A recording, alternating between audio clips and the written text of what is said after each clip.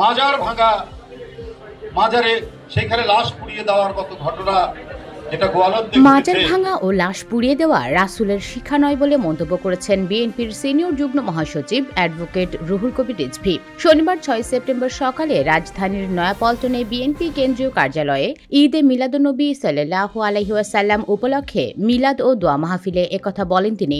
রুহুল কবির রিজভী বলেন, আজ আমরা গণতন্ত্রের কথা বলি, রাষ্ট্রীয় চেতনার কথা বলি, অথচ পৃথিবীর ইতিহাসে আরবের সেই মহামানব আমাদের জন্য নিদর্শন হয়ে আছেন, কিন্তু আমরা তার শিক্ষা গ্রহণ না করে নিজেদের ধর্ম ও ইসলামকে বিভিন্ন ফেরকা, বিভাজন ও নানা ধরনের কথাবার্তায় বিভক্ত করছি, অথচ আমাদের মহানবী ছিলেন ঐক্যের প্রতীক। তিনি বলেন, আজ যে মহামানবকে কেন্দ্র করে এখানে আলোচনা ও মিলাদের আয়োজন করা হয়েছে তার সম্পর্কে বিস্তারিত বলা আমার মতো একজন ক্ষুদ্র মানুষের পক্ষে অত্যন্ত কঠিন, বরং বলা যায় তা সম্ভব নয়। তিনি আল্লাহর কাছ থেকে পাওয়া বাণী মানব জাতির মাঝে ছড়িয়ে দিয়েছেন এবং রেখে গেছেন এক অনন্য আদর্শ।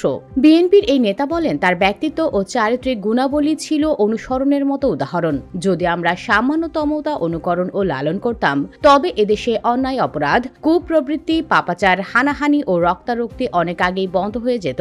রিজভী আরো বলেন, যিনি আমাদের প্রকৃত মডেল, যিনি আদর্শের প্রতীক, আমরা তাকে অনুসরণ করি না, তার অনুকরণ করি না, আর এটাই আজকের মুসলিম সমাজের সবচেয়ে বড় ব্যর্থতা।